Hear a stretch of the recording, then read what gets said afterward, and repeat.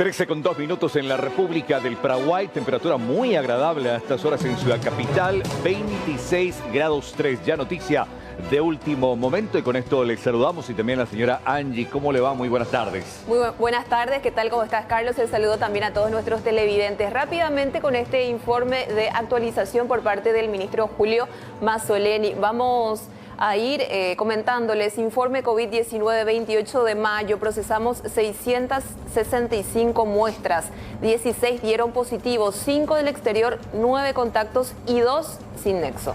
Bueno, este sí me preocupa. Sí. 5 del exterior, sabemos, la gente que está viniendo desde el otro lado de la frontera para cuarentena, pero esto de 9 más 2, 11, que son ya locales, porque son contactos que tuvieron con otras personas, y 2 que dicen no haber tenido contacto alguno con gente que vino de ninguna parte del exterior. Entonces, como que ya se pierde en ese universo. Sí. 11 personas de casos positivos locales, más 5, 16.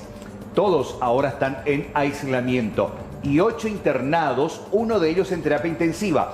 Y tengo entendido, por lo que decía hoy a otros medios también el doctor Sequera, podría tratarse de un chofer que vino desde Chile.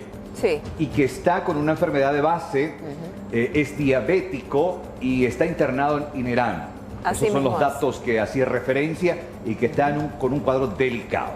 Preocupa esta cantidad de números, hablamos de 9 contactos, 2 sin nexo aparente y también esta persona que se encuentra en terapia intensiva.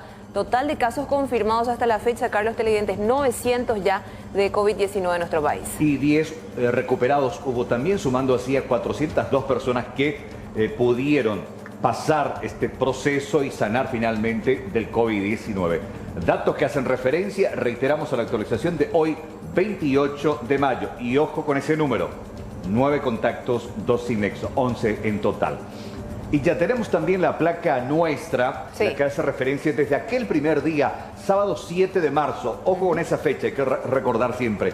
El primer día que el ministro Mazzoleni publicaba un tuit donde hacía referencia a la confirmación del primer paraguayo con COVID-19. Así mismo es. Vamos a la cantidad de muestras hasta la fecha, 27.425 casos negativos de esta cifra, 26.525 contagiados hasta el momento, así como estábamos mencionando, 900 personas y casos activos 487.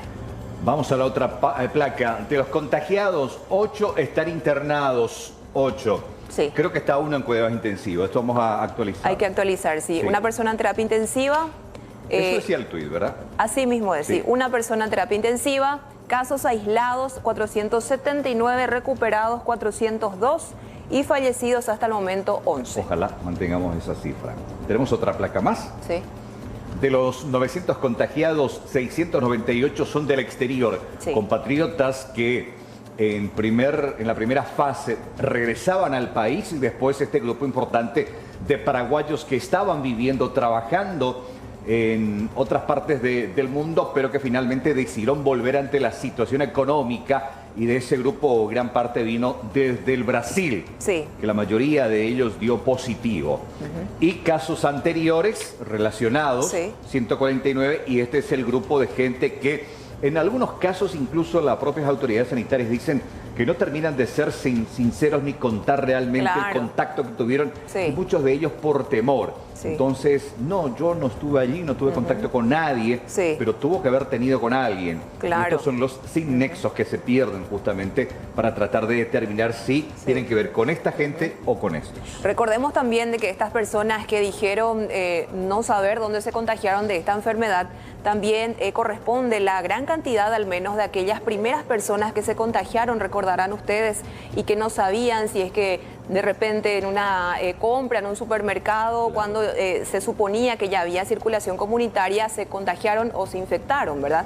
Entonces, ahora también con estos 4 casos de personas residentes en Pedro Juan Caballero y que estaban presumiblemente violando la cuarentena yendo a Punta Poná, también, digamos, en esa zona aparentemente ya está diseminado también el virus, en un lugar específico ahí en Pedro Juan Caballero. Y lo que hay que intentar esto, y mucho tiene que ver, y casi toda la responsabilidad nuestra como ciudadanos, de que este número no crezca, porque si crece esto significa de que hay ya un contagio comunitario. Sí. Esto hay que tratar de contener. Caso contrario, todo lo que estamos haciendo no va a valer la pena y vamos a volver nuevamente al encierro, al confinamiento riguroso, como arrancamos a final de marzo. Bueno, datos actualizados que tienen que ver justamente con el COVID-19 aquí en Paraguay.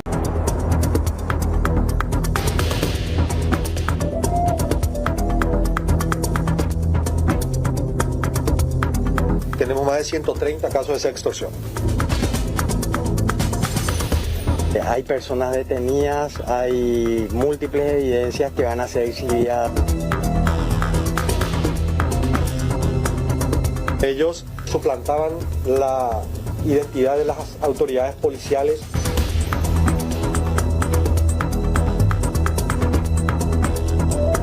Pudimos hacer el allanamiento, capturar a las personas y poder encontrar todas estas evidencias que ustedes están viendo.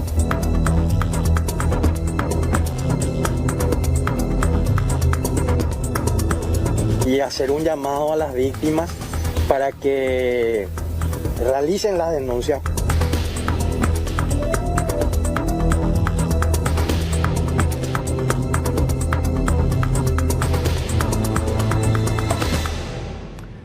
Bueno, esta mañana muy temprano, autoridades fiscales y policiales realizaron un mega operativo en forma simultánea también allí en la capital de la zona sur de la República para desbaratar, y esto permitió desbaratar a una banda dedicada, algunos de los miembros desde las cárceles, dedicada a extorsionar a sus víctimas de turno, utilizando el sistema de sextorsión. Justamente vamos a comentarles y explicarles en qué consistía. Ya en instante vamos a estar con Josías Escobar desde la zona sur, ya está escuchando él nuestra introducción, pero nos gustaría, Angie, compartir esta presentación que hizo la policía. ¿De qué manera esta gente operaba? ¿De qué manera captaba a sus víctimas de turno? ¿Cómo hacían incluso el operativo de presionar con una denuncia policial falsa? E incluso ahí entraban supuestos periodistas de C9N, donde también a través de un print de pantalla y a través de mensajes decían, no, si no pagás vamos a publicar esto y vamos a mostrar en la tele de lo que estás haciendo. No, tremenda la historia de qué manera había toda una organización dedicada y que obviamente se aprovechó también este momento de cuarentena, como había mucho tiempo en la casa. Entonces, obviamente, estos sistemas informáticos permitían la operatividad de estos delincuentes. Así mismo es, Carlos, y queremos compartir con nuestros televidentes acerca de este modus operandi, que no es nada nuevo. Sin embargo, esto se estaba haciendo incluso desde un clan familiar, porque 2 personas desde la cárcel operaban de esta forma para poder extorsionar a sus víctimas, haciéndose pasar por otras personas, incluso por agentes policiales, toda una red que funcionaba dentro y fuera de la cárcel. Estos eran los mensajes que intercambiaban justamente con sus víctimas. Este se hacía pasar, pará un ratito ahí, se hacía pasar por periodista de C9N. Decía nomás, bueno, habla nomás con tu abogado porque él no va a poder atajar a la prensa. Sí. Ya que hay un acuerdo, a ver... Ya que no hay un acuerdo, voy a sacar nomás ya la noticia. Y quiero que esté atento a las noticias. Bueno, cosas así. Sí. Decía el fiscal también que por favor las víctimas, a veces por una cuestión de temor, de pudor, no quieren denunciar. Y la cantidad de víctimas ya identificadas que, bueno, dieron detalles acerca, es solamente el 10% del total de gente que habría caído en las redes de esta organización, que en esta cuarentena, también decía el fiscal y la policía, recaudaron unos 200 millones de guaraníes haciendo este sistema. Impresionante realmente, y estamos ya cotejando también estos datos en base a lo que nos proporcionaron también los investigadores. Y atención, porque esta es una operación que se realizó en la zona sur del país, operación Yatupecá. Sí, y de esta manera actuaban desde la penitenciaría regional de Camburetá y desde ahí los nexos. Estamos hablando de esta persona, Tomás de la Cruz Sosa Servián, que es un recluso de la penitenciaría, y por el otro lado también Atención, otro recluso en alianza también con él, José Manuel alias Chema, ¿sí? Y varias personas Sí. que A también ver si están... podés ahí de tu lado, Sí. la conexión. A ver, la conexión de Tomás de la Cruz Sosa Servián. Estamos hablando del hijo de esta señora, que es Apolonia Servián. También estamos hablando de esta persona, Virgilio Sosa Figueredo, que sería Pareja. también, sí, la De la pareja. señora. Exactamente, la pareja de la señora. Y aquí está la hija también de esta señora, Ana Gabriela Sosa Servián. Y aquí está la pareja que efectivizaba también el dinero que enviaban las víctimas a esta persona, ¿sí? E incluso la pareja de los reclusos formaban parte de esta organización. Claro, Daisy Romina Duarte. Daisy Romina Duarte. A ver, tenemos Bueno, otras y acá, personas sí, también. y acá Sí. dice el tema de la fecha, retiro de dinero, billetera electrónica.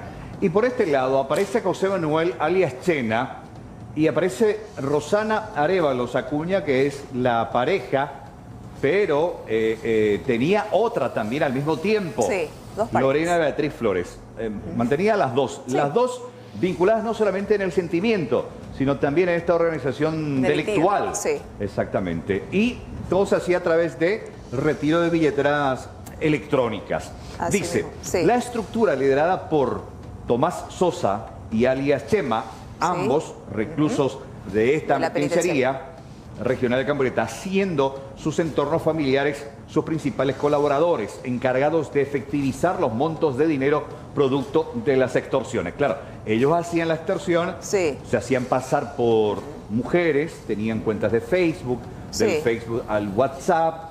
Bueno, y como ellos no podían ir a efectivizar, el dinero, ahí sí. operaban los tentáculos familiares. Así mismo es, reenviaban estos giros de dinero a las billeteras electrónicas directamente de las parejas o incluso de los familiares directos. Hablamos incluso de la mamá, del papá, de la pareja, incluso de esta señora que, bueno, ellos iban directamente a retirar el dinero de las víctimas.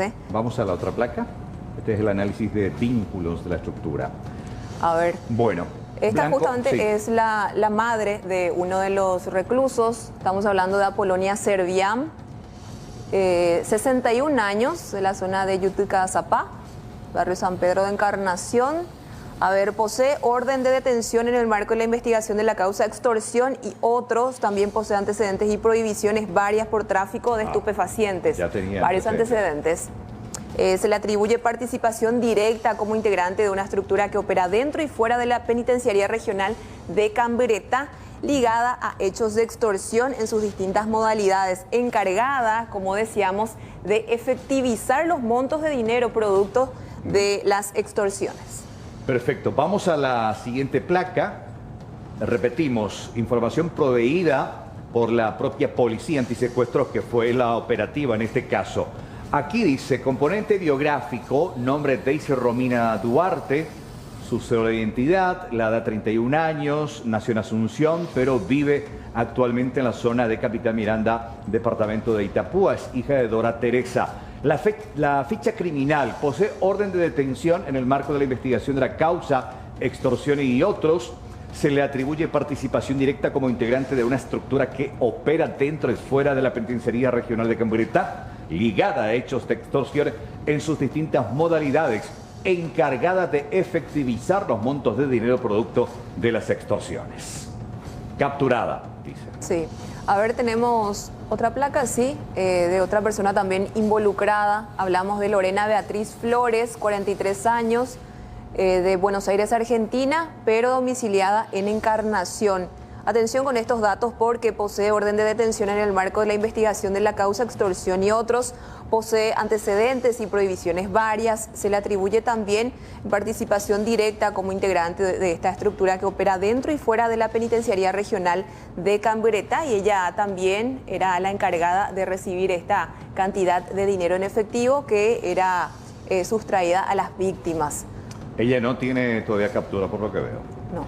Vamos a la siguiente placa.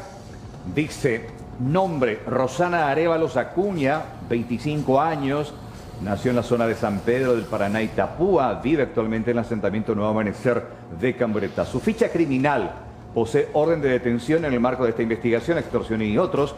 se le atribuye participación directa como integrante de una estructura que opera dentro y fuera de la Penitenciaría Regional de Camburetá, ligada a hechos de extorsión en sus distintas modalidades, encargada de efectivizar los montos de dinero producto de las extorsiones. Ella sí está capturada. A ver, compartimos otro componente biográfico. Él es Virgilio Sosa Figueredo, 63 años, de la zona de Carmen del Paraná, Itapúa. Vive en el barrio San Pedro de Encarnación, lugares donde se hicieron también estos allanamientos y donde capturaron a varios de sus componentes. Posee orden de detención en el marco de investigación de la causa extorsión y otros. También se le atribuye participación directa como integrante de esta estructura que opera dentro y fuera de la Penitenciaría Regional de Camburetá, ligada a hechos de extorsión en sus distintas modalidades. También encargado de efectivizar estos montos de dinero. Sigue prófugo. Sigue prófugo. Bueno, dice: descripción de la operación, tipo de operación, allanamientos simultáneos en 3 viviendas particulares situadas en las ciudades de Camburetá, Capitán Miranda y Encarnación. Impacto de la operación: captura de componentes de una estructura delictual dedicada a realizar extorsiones en sus distintas modalidades, operando desde y fuera de la Penitenciaría de Camburetá. Zona de ejecución: asentamiento Nuevo Amanecer 2 de la ciudad de Camburetá, ciudad de Capitán Miranda y barrio San Pedro de la ciudad de Encarnación.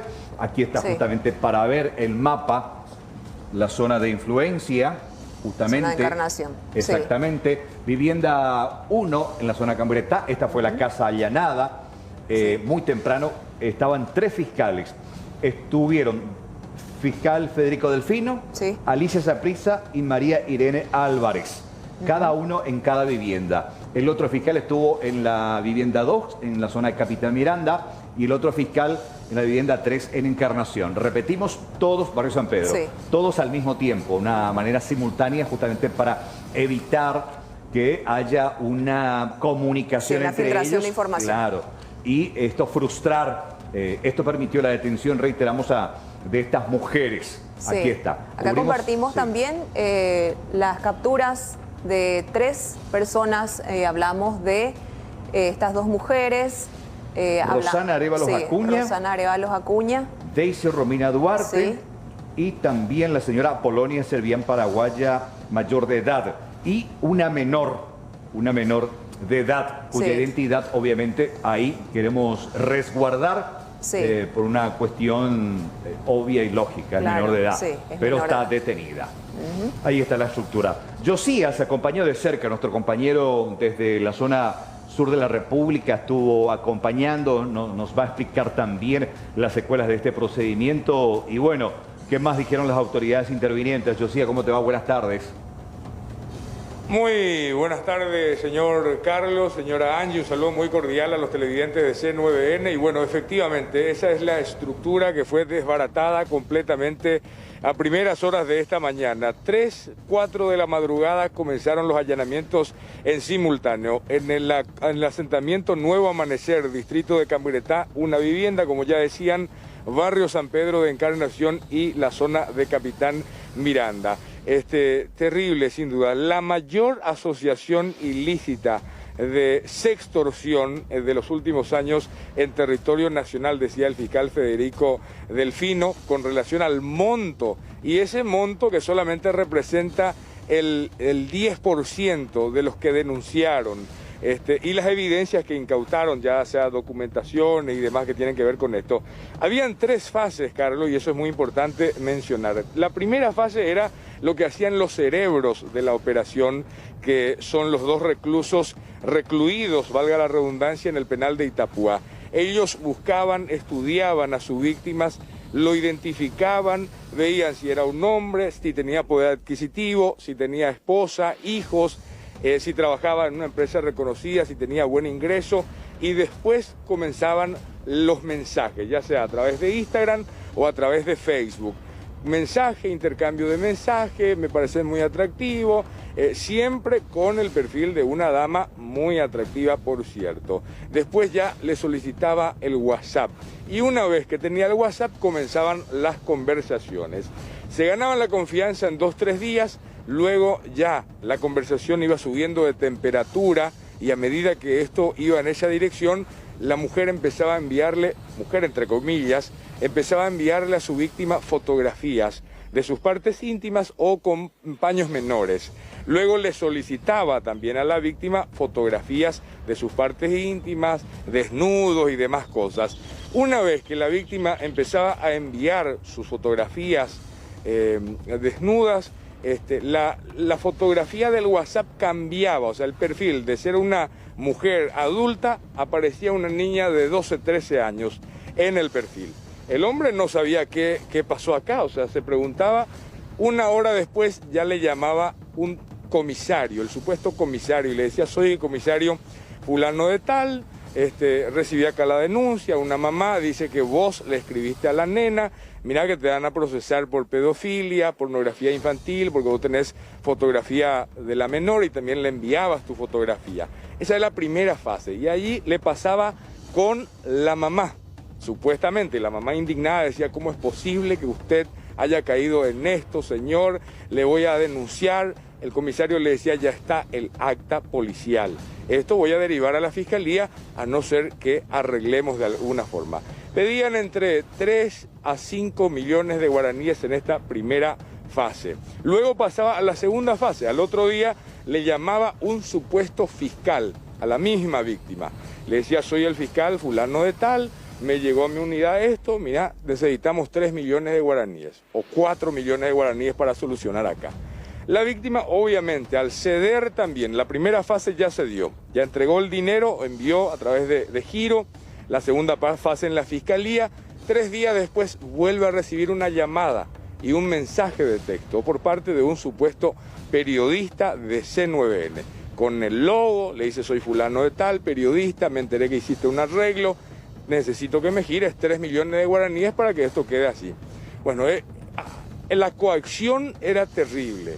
Y bueno, ese era el modus operandi, y así llegaban a sacar de una sola víctima hasta 15 millones de guaraníes. Primera fase, segunda fase, tercera fase. Tenemos la entrevista con el agente fiscal que encabezó todo este procedimiento, con otras fiscales coayudantes, con las evidencias incautadas: celulares, chips de celulares, impresoras, notebooks, donde imprimían las documentaciones. Son 5 las mujeres detenidas, una de ellas menor de edad. La menor de edad, ¿cuál era su labor dentro de la asociación ilícita? Ella era la responsable de imprimir la documentación, ponerle la firma, el sello también, y enviarle a los 2 reclusos para que después estos se comuniquen con la víctima y le envíen la documentación. La víctima recibe, es un parte policial, o sea, tiene mayor credibilidad. Bueno, con relación a este tema habla el fiscal de la causa. Bueno, de por sí ellos van a ser imputados por extorsión agravada, asociación criminal, y ante la obtención de estas evidencias por producción mediata de documento público de contenido falso. La extorsión agravada tiene una pena de hasta 15 años, pero tenemos que tener en cuenta de que también hay un concurso de hechos punibles, lo cual podría ir a cerca de 22 años, ¿verdad? Pero eso ya eventualmente en un juicio oral y público vamos a determinar conforme a las responsabilidades que durante la investigación vamos a ir determinando.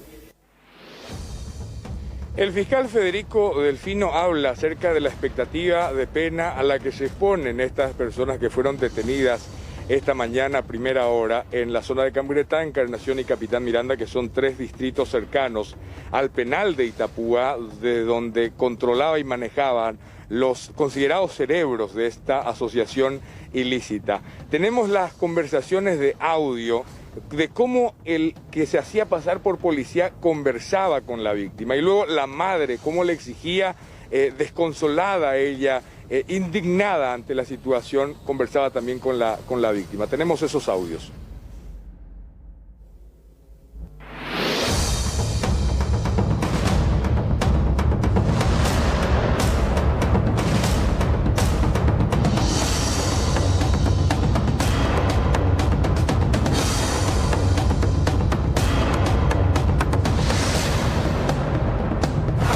compartir más adelante el audio.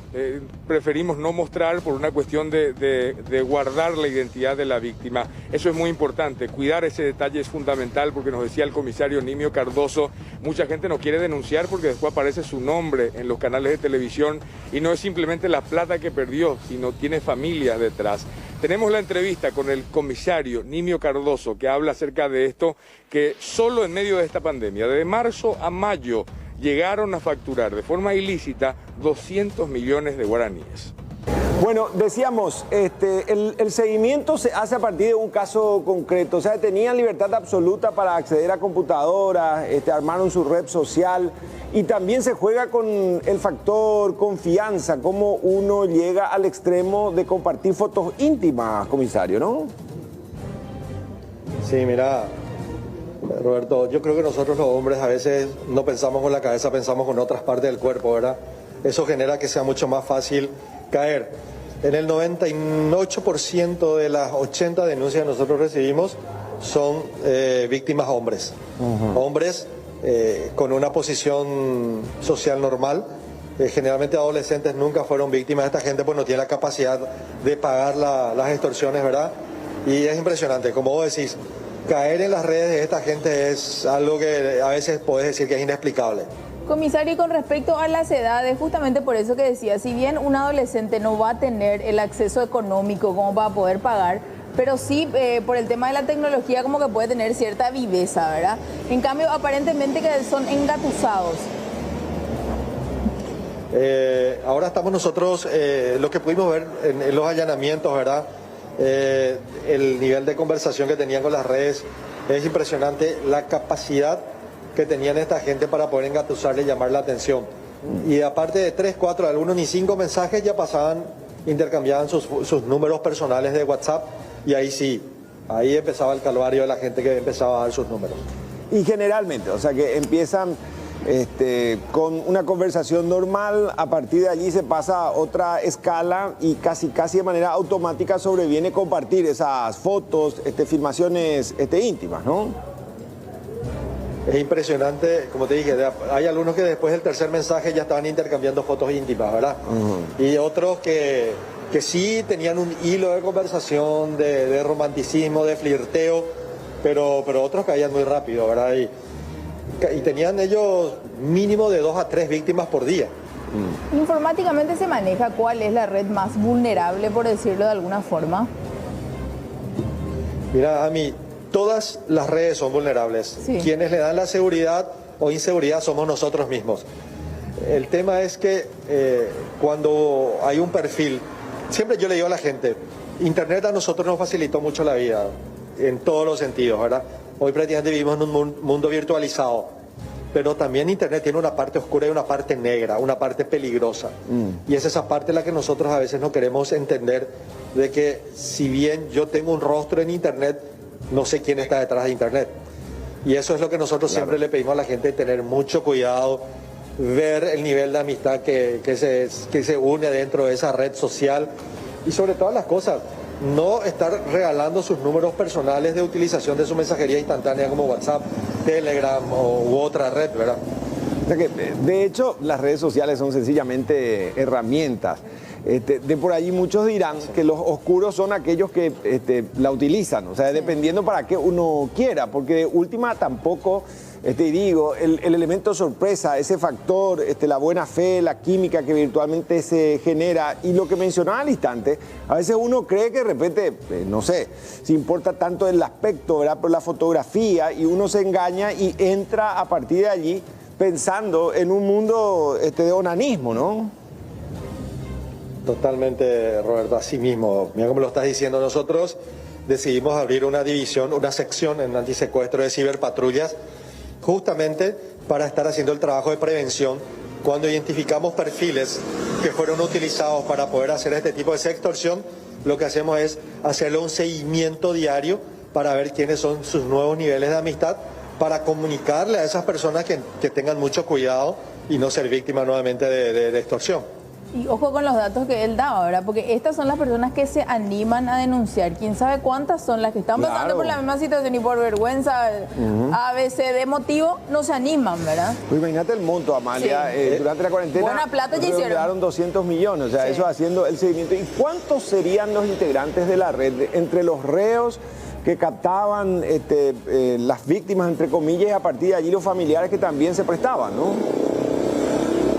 Mira, nosotros ahora, de dos grupos principales, ¿verdad?, que están en la penitenciaría, o sea, 3 están en la penitenciaría, pero son 2 los que tenemos identificado como los cerebros, bajando la organización con gente que llamaba, gente que cobraba, como mínimo están 10.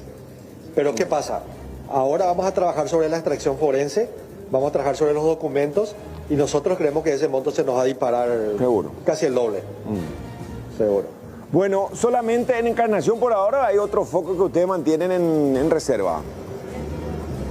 Realmente esta organización operaba desde Encarnación, pero las denuncias que nosotros tenemos en su totalidad, de las 80 denuncias que tenemos en 3 meses, solamente son de Asunción y Gran Asunción.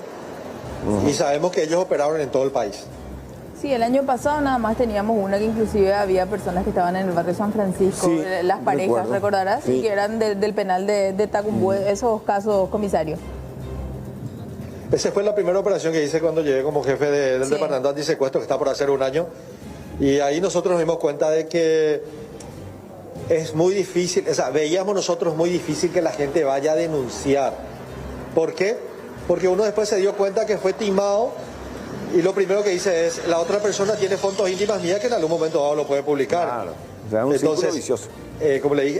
Como le dije al compañero de ustedes, la prensa para nosotros fue fundamental para ganar la confianza del ciudadano paraguayo que fue víctima de extorsión.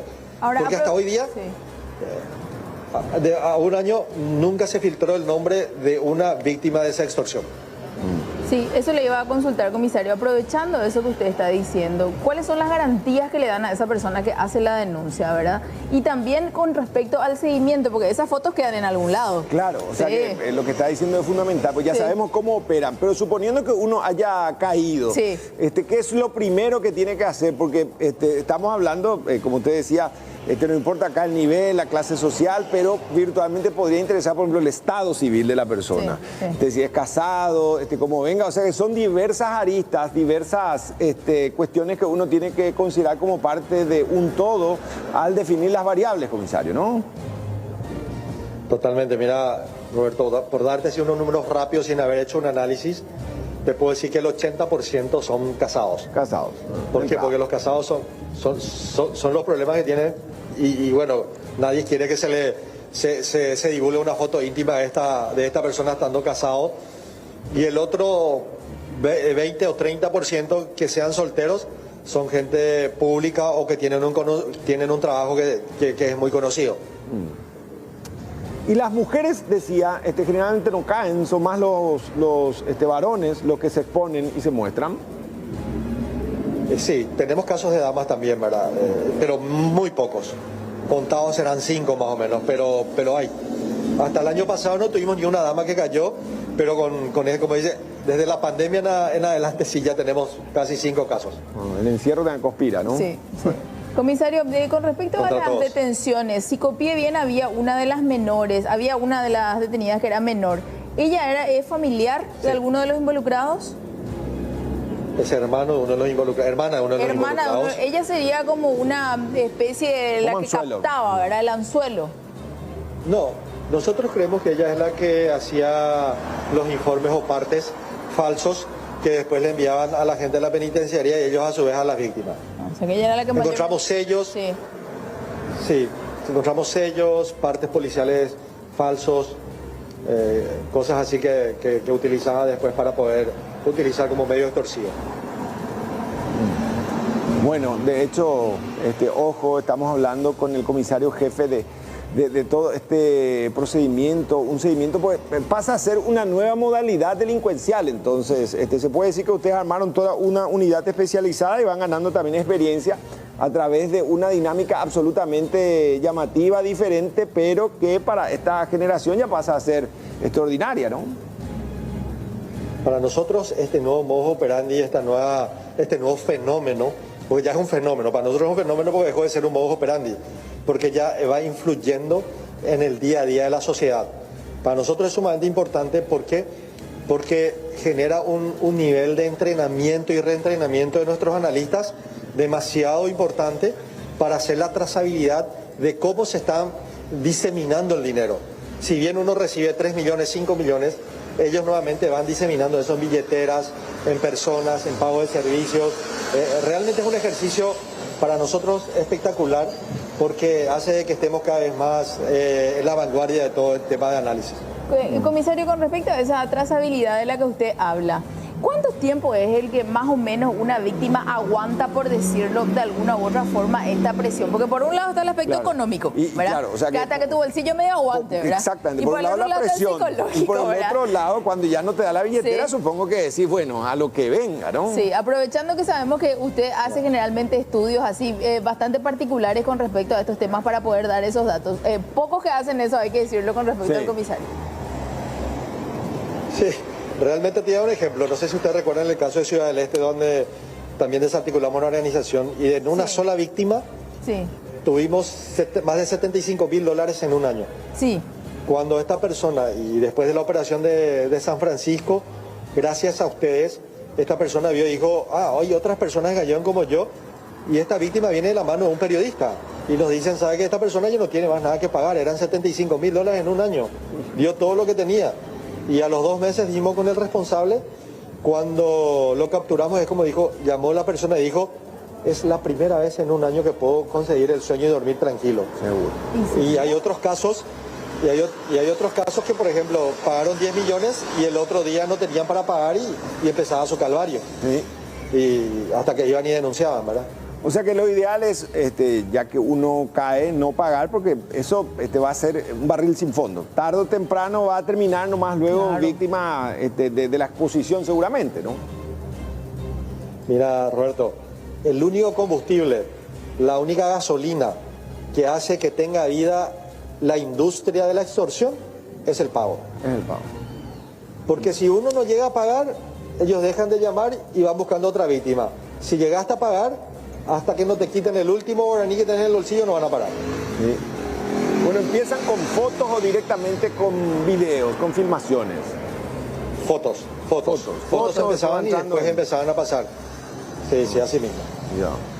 Bueno, comisario, algo más, Amalia, porque de hecho muy interesante. Y esto explotó acá, la gente que pregunta. Está comentando desesperadamente la gente. O sea que uno, a cualquier unidad policial uno puede, si se anima, entonces denunciar y a partir de allí se canaliza internamente y se trata hasta donde se pueda también de mantener la identidad de quien hace denunciante víctima, ¿no?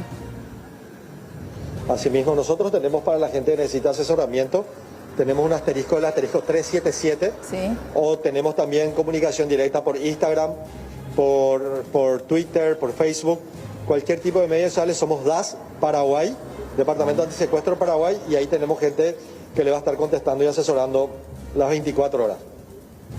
Bueno, gracias, comisario. Que sigan adelante, muy amable. Muchas gracias, comisario. Josía también, un fuerte abrazo.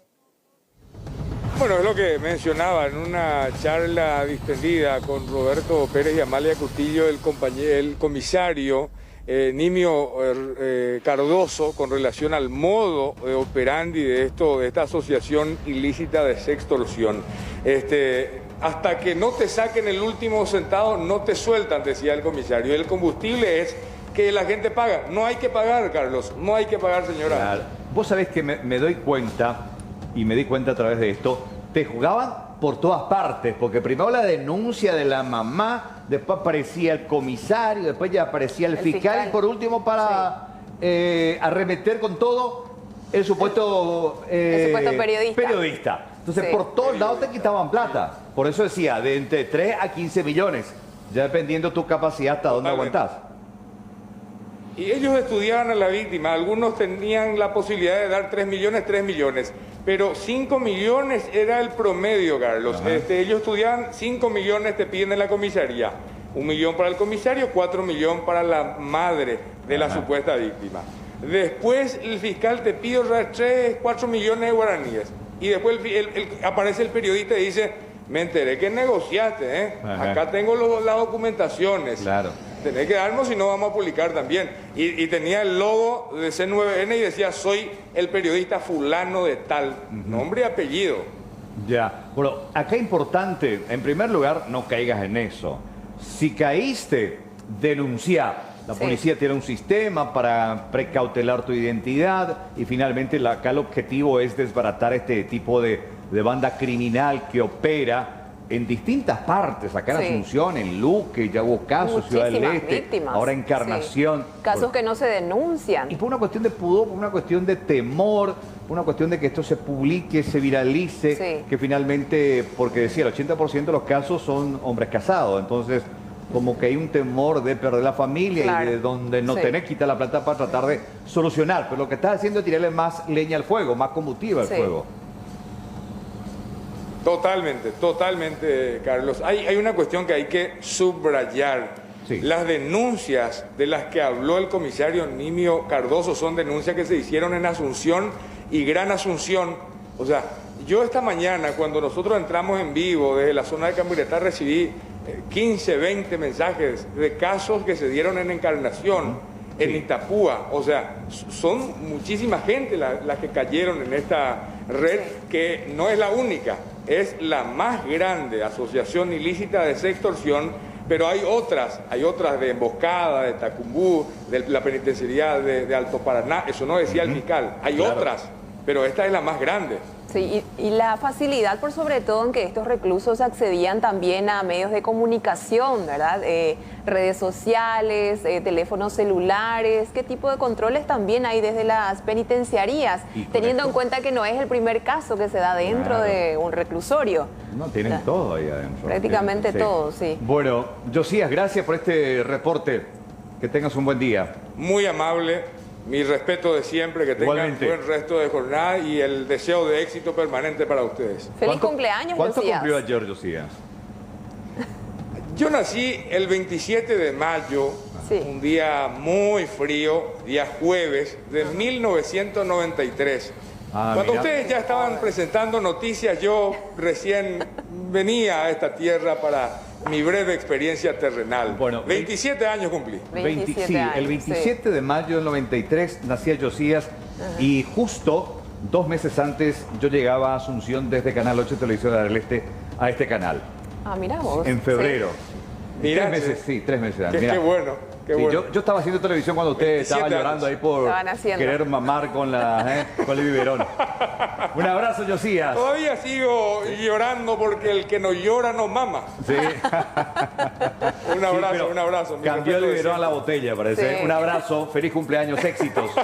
Bendiciones. Un abrazo. Chao, Muchas Josías. gracias. Feliz Muy cumpleaños. amable. Bueno, lo queremos mucho, Josías. Sí, realmente lo extrañamos mucho. Sí, lo extrañamos acá. Bueno. 14 horas con 2 minutos de esta jornada de jueves 28 de mayo. Vamos con los datos actuales, ¿qué les parece? Vamos a ver cómo va a estar el tiempo en la jornada de hoy. Atención porque tenemos temperatura realmente bastante agradable. 26 grados 6 es la temperatura actual, no subió demasiado, sí, cielo despejado, sensación térmica también similar. La humedad del 29% y velocidad del viento a 17 kilómetros por hora del sector noreste. Vamos a ver cómo va a estar esta tarde, noche y madrugada. A ver, no hay pronóstico de lluvias para las próximas horas, pero sí bajas temperaturas nuevamente para el horario de la noche y madrugada. Vamos a ver cómo va a estar el tiempo mañana, sí, ya fin de semana, mañana viernes parcialmente nublado, mínima de 12, máxima de 27 grados. Para el sábado también parcialmente nublado, mínima de 14, máxima de 29 grados. Para este domingo, atención, cambio brusco de temperatura nuevamente. Mínima de 15, máxima de 25 grados, algunas precipitaciones, clima inestable también para el lunes, mínima de 10, máxima de 18 grados. Ángel Adrián Sánchez Quintana tiene 24 años, fue detenido por agentes de la comisaría 21 Metropolitana. Él mismo es muy conocido en la zona por mantener permanentemente a todo el vecindario en zozobra.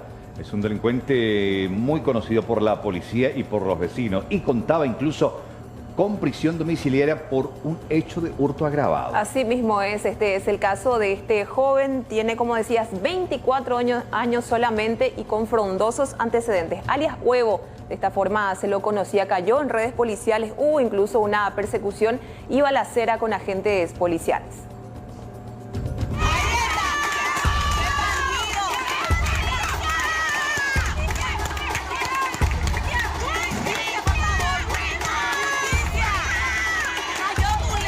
joven de 24 años con el alias de Huevo causa zozobra para los vecinos del barrio Santa Ana. Fue detenido en horas de la noche y madrugada porque aparentemente estaba realizando disparos de arma de fuego en plena calle. Intentó resistirse, tenía un arma de fuego 38 con 3 cartuchos percutidos, uno sin percutir. Fue aprendido en esa situación y lo más... primeramente acudió el personal a raíz de los disparos de arma de fuego en el lugar. Ya los vecinos manifestaban estar cansados de esta persona. Ya van, ponerle 3, 4 noches que está haciendo lo mismo. Anoche tuvo una denuncia así mismo que con una persona estuvo un poco más hacia abajo creando problemas y lesionándole a una persona. ¿Qué pasa? ¿Hace disparos al aire? ¿Le intimida a alguien? Y tiene un grupo, según manifiestan los vecinos, un grupo de los mal llamados chepiceros ahí, que ellos lastimosamente son gente que cuando están con los efectos pierden el control de sí mismos. ¿La identidad de ese... Sería Ángel Adrián Sánchez Quintana, alias Huevo. ¿Cuántos? 24 años de edad.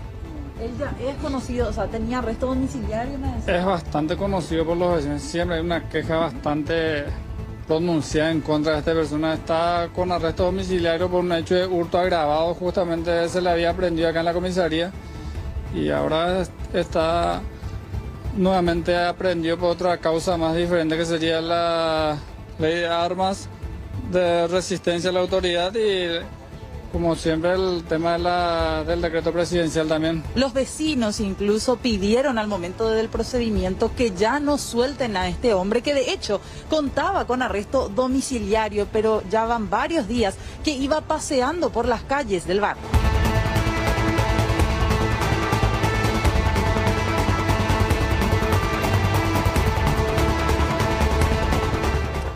Bueno, esta es la primera parte de la historia de Huevo, este delincuente que mantiene en zozobra esa zona de Asunción. La primera digo porque hay una segunda parte. ¿Qué pasó con Huevo? Se escapó de la comisaría. Lo tenemos a Mariano López justamente en vivo, en directo desde esa sede policial. Mariano, ¿cuándo, cómo se escabulló este delincuente de una unidad policial? Buenas tardes. 2 de la mañana aproximadamente, es lo que nos dicen. Carlos, ¿cómo estás? El saludo a vos, a Angie, a todos los televidentes. Y qué noticia la que tenemos que dar, porque hablamos de un joven de 24 años, destacamos la edad porque es muy joven y mantiene en zozobra a gran parte del barrio Santa Ana. ¿Y por qué? Hablamos de una persona peligrosa, mientras vemos las imágenes ahí del calabozo, la forma en la que quedó. Porque este joven ya durante varios días viene recorriendo, según la denuncia de los vecinos, el vecindario con un arma de fuego en mano y efectúa disparos al aire. De hecho, la Policía Nacional, al momento de su aprehensión, incautó de su poder un revólver calibre 38. Nos decían que tenía 4 proyectiles, 3 percutidos y 1 sin percutir en el tambor de este revólver. Esta es la comisaría 21 Asunción, desde donde nos informan que efectivamente Adrián Sánchez, conocido como Huevo, se escapó del calabozo en el transcurso de esta mañana. Incluso Carlos, Angie y televidentes, se instaló, al menos nos pasaban un dato, de que supuestamente el oficial de guardia aquí de la comisaría en el turno de la madrugada, que supuestamente sería cuñado de Adrián Sánchez. Es una información que nos pasaron, digo bien, le consultamos acá a la gente de la comisaría y nos dijeron que ellos no manejaban información al respecto. Vamos a compartir con ustedes la entrevista con el comisario Victoriano Bernal, que confirmaba que Huevo se escapó e incluso veíamos la manera en que quedó este calabozo, compañeros. Ahora te tengo que decir que se jugó nosotros en el transcurso de la mañana nuestro calabozo. ¿Qué hora aproximadamente habría ocurrido? Y según el informe, a las 2 de la mañana se escapó. Forzó una reja rompiendo una parte baja y dobló y logró escaparse. ¿Él estaba solo en el calabozo? Estaba en un calabozo aislado solo. ¿Y oficial de guardia, nadie se percató nada? Se percató inmediatamente, ya posterior a su vida. Hay una versión del comisario de que supuestamente el que estaba en la oficina de guardia sería familiar, cuñado, algo así de este muchacho. Hasta donde yo sé, no. Hasta donde yo sé, no. ¿Y en qué momento se percató el que informó? O sea, que él escuchó un ruido, ¿cómo se dio cuenta? Y prácticamente desde que llegó y de que se le metió en el calabozo estuvo creando problemas, gritando, haciendo disturbio y en uno de esos estaban 2 personas en la oficina de guardia, se estaban yendo a verificar cada rato. Y a eso de las 2 por ahí dejaron de escuchar ruido, entonces eso también le alertó y se fueron a verificar y ya no le encontraron. ¿No lo vieron a él? ¿Lo vieron por dónde salió? ¿Si saltó por la playa? No, sí, no, de hecho que se quedó ahí doblada nuestra reja. ¿Por dónde salió? ¿Salió por atrás o...? Sí, pues así, pues, exactamente, tiene un portón grande allá hacia el fondo. ¿Qué se está haciendo, comisario, para recapturar a este? Y todo el personal del plantel de la comisaría está en búsqueda. Totalmente estamos... Bueno, esta es la historia, por lo menos la versión oficial de la policía. ¿De qué manera se escabulle este conocido delincuente? Es así, Carlos, y mencionaste algo interesante, versión oficial. Hay una cuestión que personalmente, señor, me llama la atención y déjeme contarle. Vos sabés que Fernanda Chamorro estuvo acá a la mañana temprano, en sede de la comisaría 21. El oficial que le da el informe le dice, tenemos aprehendido a este muchacho, tenía prisión domiciliaria, veíamos ese video también de la gente aplaudiendo cuando la policía lo aprehendió. En ese entonces ya se sabía que Huevo se escapó, pero no decían todavía nada. Nosotros ahora vinimos y el calabozo sigue totalmente igual. O sea, con el hierro retorcido, ahí como estamos viendo las imágenes, también lo que tiene que ver con los escombros ahí de cómo quedó el calabozo. O sea, todo sigue así. Ni limpiaron todavía, ¿entendés? Y por eso me llama un poco la atención ese detalle, ¿verdad? Tal vez preferían que sea un secreto nomás y que quede ahí hasta que puedan recapturar a Huevo. Hasta ahora no se sabe hacia dónde está él. Esta comisaría, la 21, aquí de zona de Barrio Obrero, es una comisaría cuyo predio da a la otra calle y tiene un portón, una muralla también hacia la otra calle, en la calle paralela. Entonces, ese sería el sector por el cual se escapó Huevo conforme a lo que se maneja de las sospechas que se tienen. Y hoy les va a costar a la policía recapturarlo. Totalmente. Hablando de Huevo, ¿no? Les va a contar un Huevo recapturar porque el tipo se fugó. Aparte, desapareció. Lo que llama también la atención es que los propios vecinos colaboraron para su detención. Siempre se da esto de que hay cierta defensa por parte de la comunidad, pero los vecinos realmente están cansados. Qué frustración para ellos ahora, saber que lo que tanto les costó capturar a un tipo que mantenía zozobra en la zona, hoy se escapa de la propia comisaría. Y tendrán que obviamente dar explicaciones. Y la manera en que los vecinos reaccionaban. Viste, Carlos, aplaudían ahí en ese video con el que comienza el informe de Fernanda. Se veía como los vecinos aplaudían, por fin se le agarró a Huevo.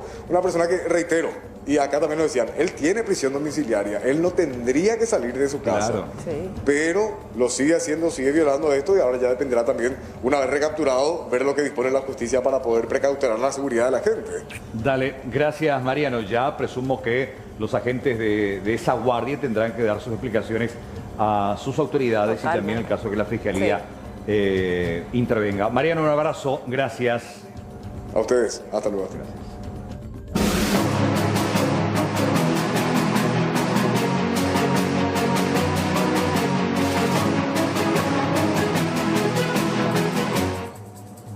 Con 14 minutos en la República del Paraguay. Agradecemos su tiempo, como siempre, muy gentil.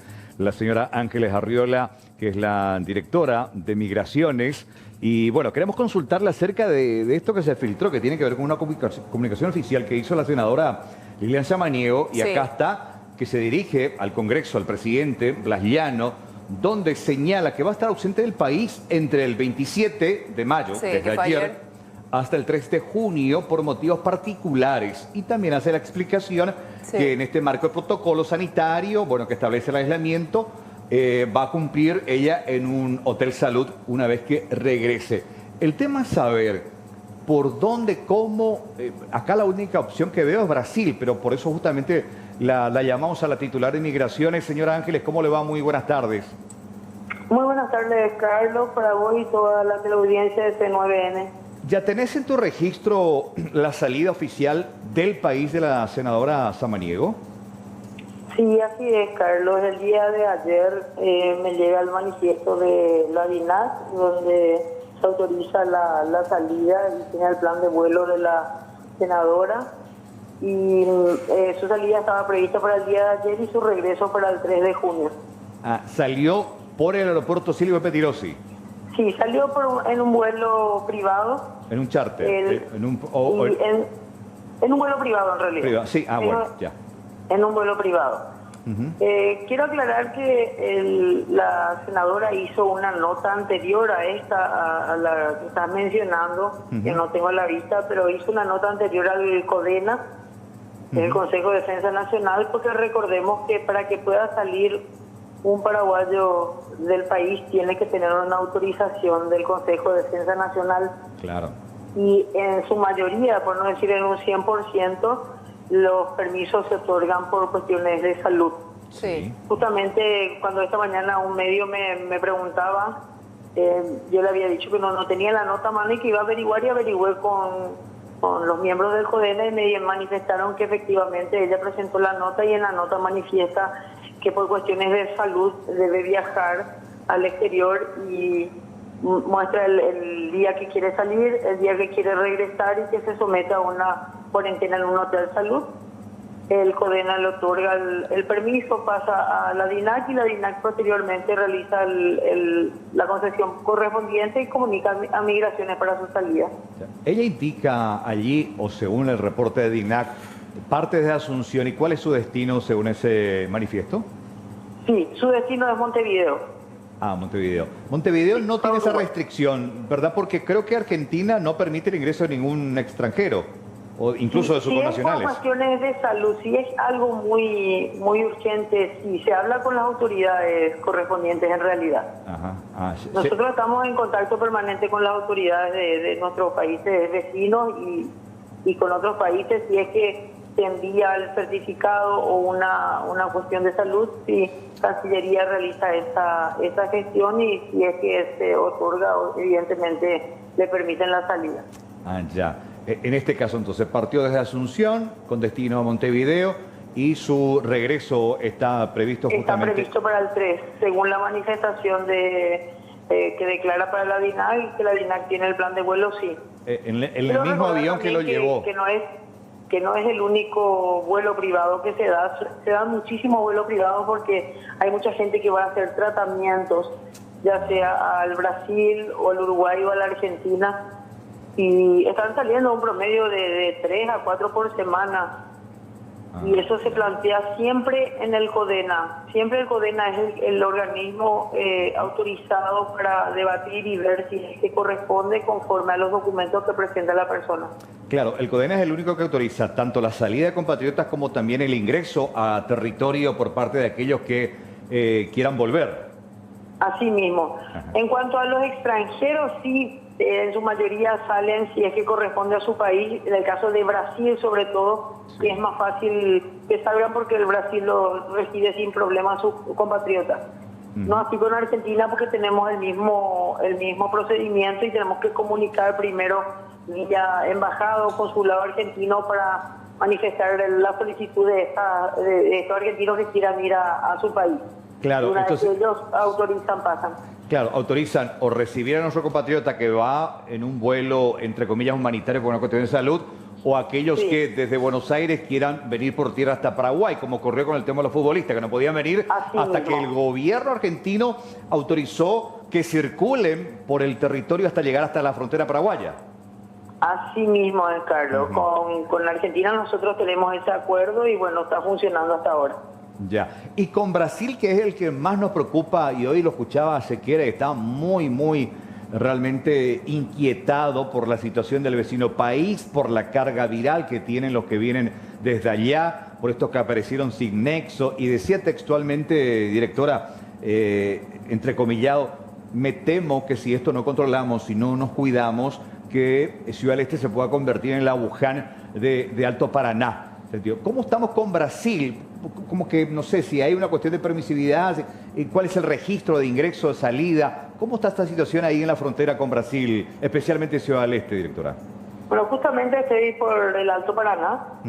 Estuve bien temprano por el puente de la amistad y estuve verificando y se están dando las entradas conforme al protocolo y la salida de la misma manera.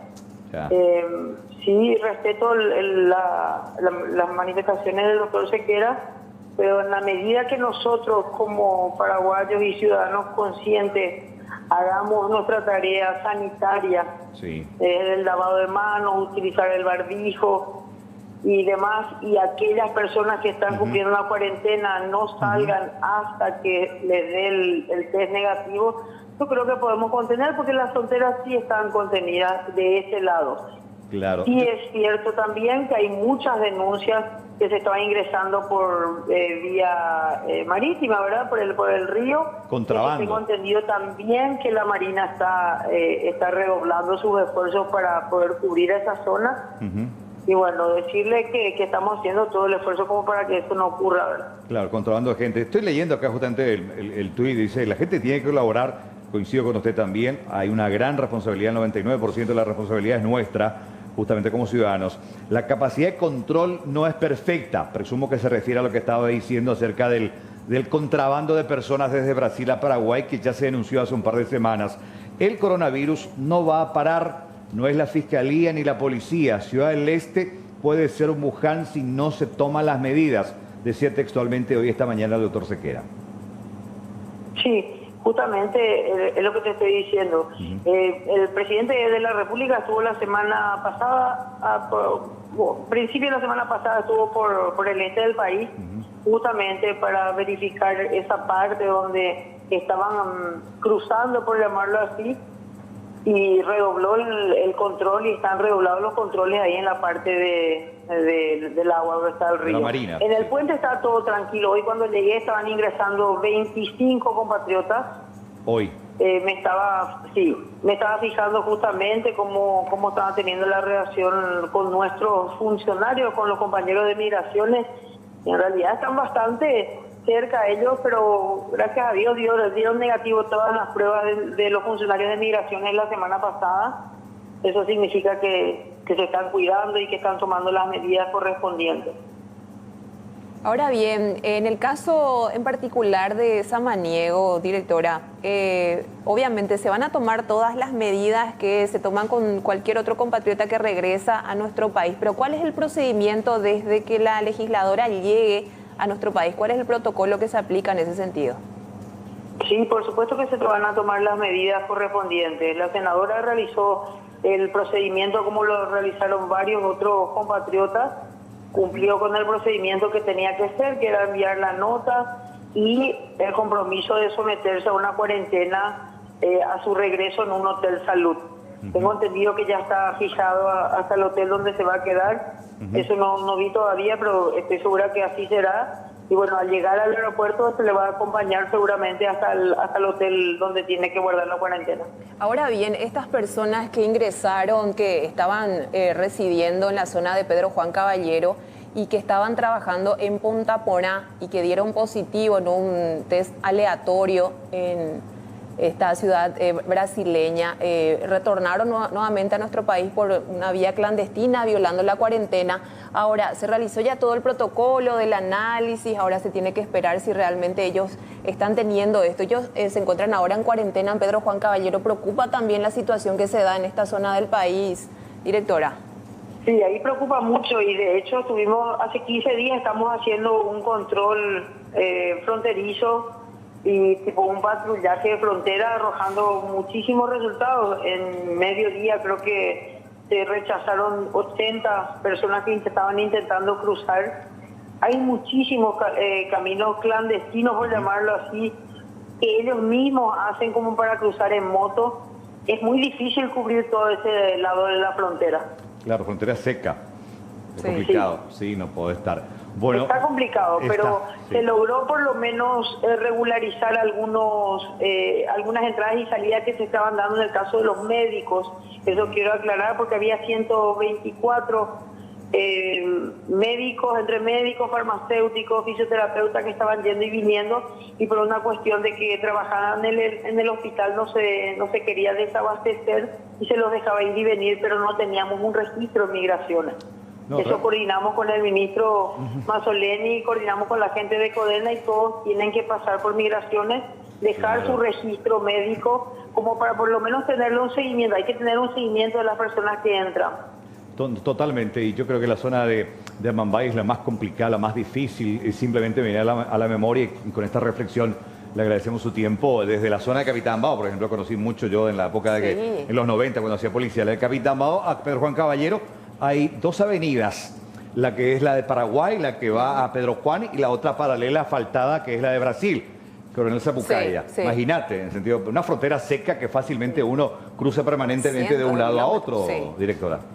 Así mismo, justamente me enviaron también en el primer viaje que hicieron 6 de nuestros funcionarios, fueron a la zona de Capitán Bao y Bellavista Norte, y justamente me enviaban que estaba bastante contenido ese lugar, estaba bien controlado, con imágenes y videos de todo un día, y evidentemente ahí se están también redoblando esfuerzos porque es una zona, como vos decís, bastante vulnerable. Directora, como siempre, muy amable, gracias por su tiempo, que tenga un buen resto de jornada. Muchísimas gracias igualmente. Gracias. Ángeles Arriola, titular de Migraciones. 14:35. ¿Hacia dónde vamos? ¿Qué tenemos ahora? Hoy estuvo el presidente de la República por el sur, me está recordando. Estuvo muy duro, ¿eh? Lo tenía ahí al ministro Mazzoleni, fue muy contundente, tajante cuando se refería al tema de toda esta denuncia donde está la lupa investigativa de la Fiscalía y de la Contraloría, la Dirección de Contrataciones Públicas, sobre la cuestión esa amañada, y decía él, el que quiera manotear de la plata del Estado, preso. Lo escuchamos, lo que decía hoy en el sur del país. Picante, ¿viste que...?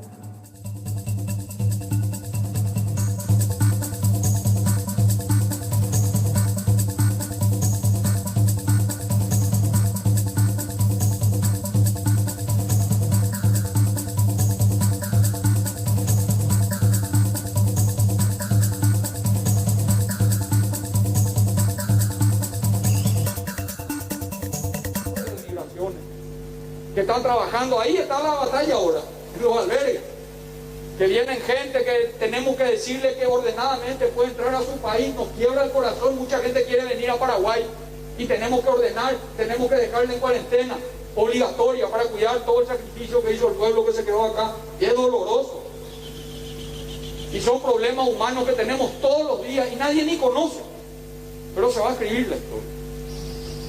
Y voy a terminar diciendo lo que siempre digo. Acá, todos nosotros, a Julio le digo, el pobre que le hice entrar en política, ¿verdad? Él estaba tranquilo en su consultorio, en el sector privado, ganando 20 veces más a lo mejor de lo que gana como ministro, y hoy está siendo vapuleado injustamente, mientras que tiene que ser reconocido. La conciencia, con la tranquilidad de conciencia, es la única recompensa. No vaya a esperar, Julio, aplauso de nada. Tranquilidad de conciencia, esa es la única recompensa. Y el tiempo, y la jueza suprema de nuestro acto, es la historia, que todo va a poner en su tiempo, en su lugar, va a poner la historia. Y la verdad no se va a ocultar. Así que Dios le bendiga a todos. Muchas gracias. Bueno, esto ocurría en la zona sur del país y en otro momento también hacía referencia a eso, que bueno, la justicia tiene la libertad de investigar y que si hay algún responsable que quiso meter mano en la plata del Estado, en la plata de todo el pueblo, que vaya preso. Defendía férreamente al ministro Julio Mazzoleni, decía que esta más bien es una persecución política y que él no se va a candidatar para presidente en los próximos comicios. No sabemos. Bueno, no sabemos. Doctor Pedro Jale, ¿cómo le va? Director de Prestaciones Económicas de IPS. Buenas tardes. Buenas tardes, don Carlos, un gusto. Bueno, la pregunta, porque me están consultando a través de las redes sociales, ¿cuándo IPS comenzaría a pagar este segundo plan de ejecución, esta segunda platita para aquellos que están todavía con la suspensión temporal del trabajo? ¿Ya comenzó o todavía no, doctor?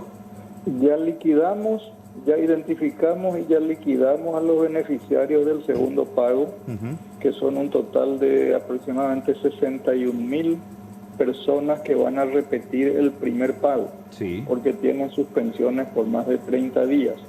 A los que se van a agregar los nuevos primeros pagos, digamos, que nos remita el Ministerio de Trabajo. Esa es la situación respecto al segundo pago. Nosotros queríamos iniciar ya esta semana, pero nos encontramos con el problema de que en la tanda del primer pago, que más o menos equivale a 91.602 personas, había muchos trabajadores que quedaron rezagados en ese primer pago por diversas razones que hicieron que no pudieran cobrar.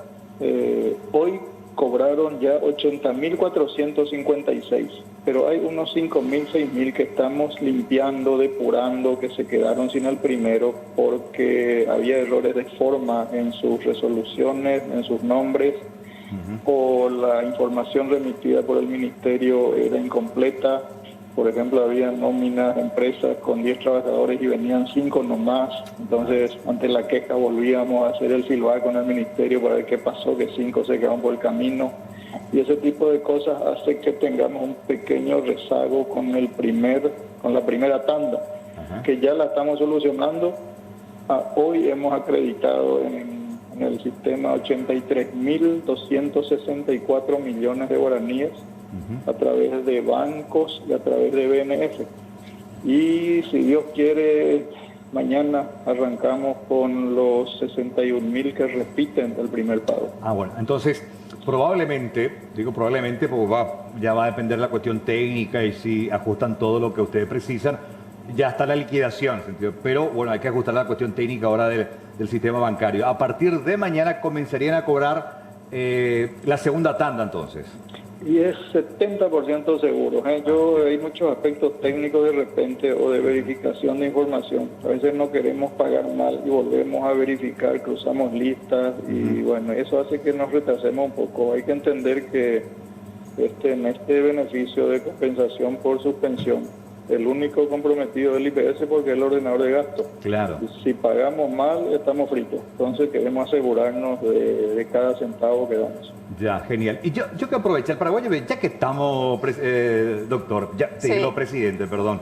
Ya que estamos, doctor, vi acá una publicación, le agradezco mucho, ya comencé a leer, me encantó, pero me voy a tomar todavía mi tiempo para este voluminoso libro que tiene 800 páginas y se llama Régimen Legal del Instituto de Previsión Social, actualizado al 2020, que es una obra suya y que me gustaría, si usted rápidamente nos puede comentar en qué consiste. Yo ya lo sé más o menos, pero del propio autor de este material que, bueno, ya está en las librerías para su compra y para poder entender un poco más qué significa el IPS, doctor. Bueno, es la historia legislativa del Instituto de Previsión Social desde 1943. Sí. Es un trabajo de compilación y de apuntes técnicos que lo vengo haciendo desde que entré al instituto en 1996. Sí. Que va perfeccionándose y que es más bien, ¿cómo te voy a decir? Aparte de una compilación legislativa útil para los abogados, es un manual de cómo entender el seguro social y sus disposiciones para el obrero, para el empleador, para el ciudadano, para el periodista, para el estudiante. Es omnicomprensivo, digamos. Mira, yo, por ejemplo, disculpame que te interrumpa, ya marqué unas cuestiones que me interesaban muchísimo acerca, por ejemplo, mira, muerte de obrero, te explica en qué circunstancias, la definición del salario, la definición de patrón obrero y accidente laboral, la responsabilidad patronal, conceptos jurídicos muy interesantes para entender en qué parte de la historia estamos.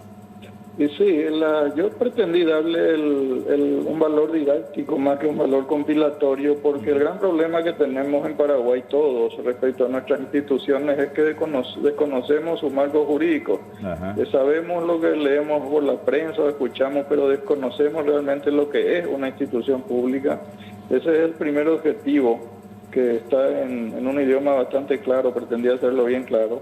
Y por otra parte, la otra dimensión de esta obra es que sale en un momento en que todos tenemos que empezar a discutir las reformas en el sistema previsional del IPS y en el sistema de seguridad social en general del Paraguay.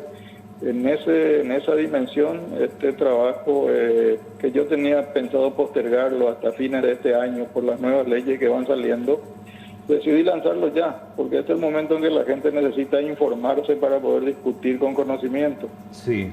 No, es sumamente interesante. Veo el tema de pensión a derecho cohabitante. Son términos que de repente uno no sabe, pero puede entender a través de esta descripción: pensión a la viuda o viudo inválido, un montón de... Y aparte toda la historia y toda la legislación desde su creación. Doctor, muchísimas felicidades. ¿Y esto ya está en condiciones de que por ahí uno pueda adquirir de la librería? Sí, entiendo que está distribuido en varias librerías, principalmente en la editora, que es Fausto Ediciones. Sí, no sí. quiero hacer propaganda, ¿verdad? Te tengo que contar. Ajá. Y como no va a haber acto de lanzamiento posiblemente por el tema del aislamiento, bueno, aprovecho para socializar un poco este trabajito con los amigos. No, tremendo trabajito, 800 páginas, doctor, ¿eh? El tiempo que le verá. Y le llevó realmente los 22 años prácticamente, desde el 96. No, más. Sí, y son 22 años 22. de trabajo, de análisis y de apuntes. Así únicamente uno puede entender el seguro social a través de los años. Bueno, termino de leer y después vamos a intercambiar unas cositas, conceptos, doctor. Te agradezco tu tiempo como siempre, un abrazo. Un gusto, a la orden. Dale, doctor Pedro Jale, muy interesante el libro, es para lectura comprensiva, de entender realmente un poco el seguro social. Bueno, rápidamente una pausa, yo lo tengo al señor Fernández acá también para su bloque deportivo. Sí. Y buena música como siempre, tiene buen gusto, ¿eh? Totalmente. Como periodista deportivo tiene muy buen gusto musical, ¿eh? Después de la pausa, ya volvemos.